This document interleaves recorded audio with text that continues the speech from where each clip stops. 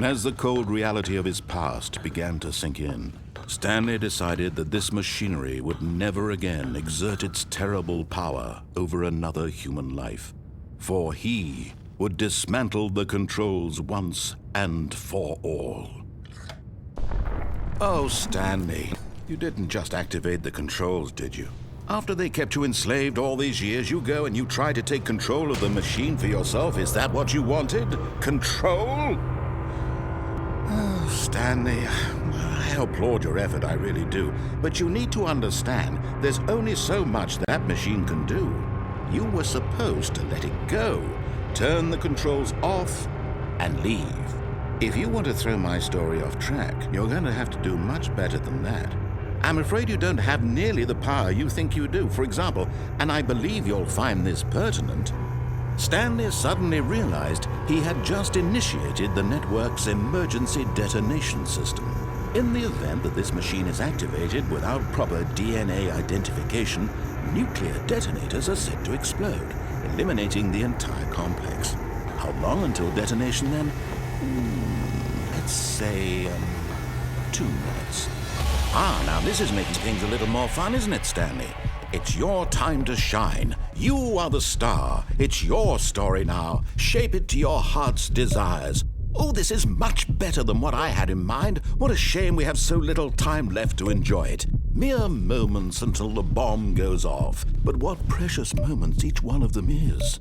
More time to talk about you, about me, where we're going, what all this means. I barely know where to start. What's that?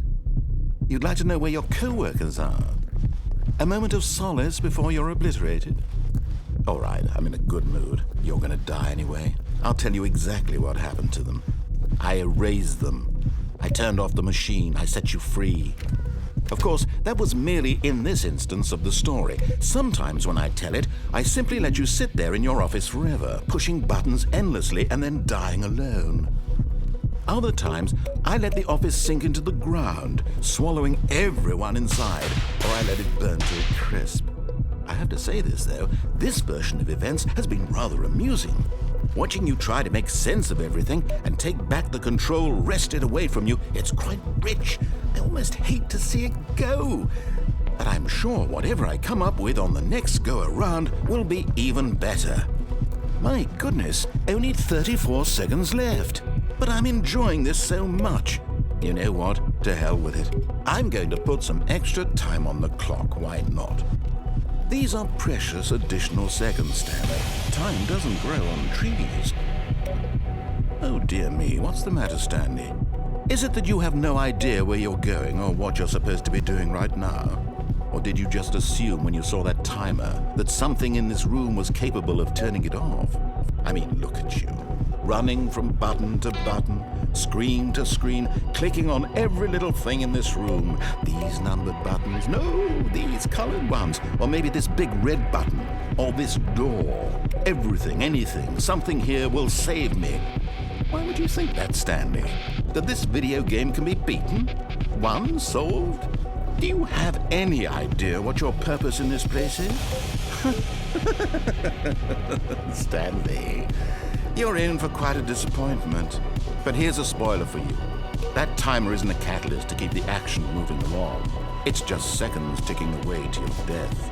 You're only still playing instead of watching a cutscene because I want to watch you for every moment that you're powerless. To see you made humble.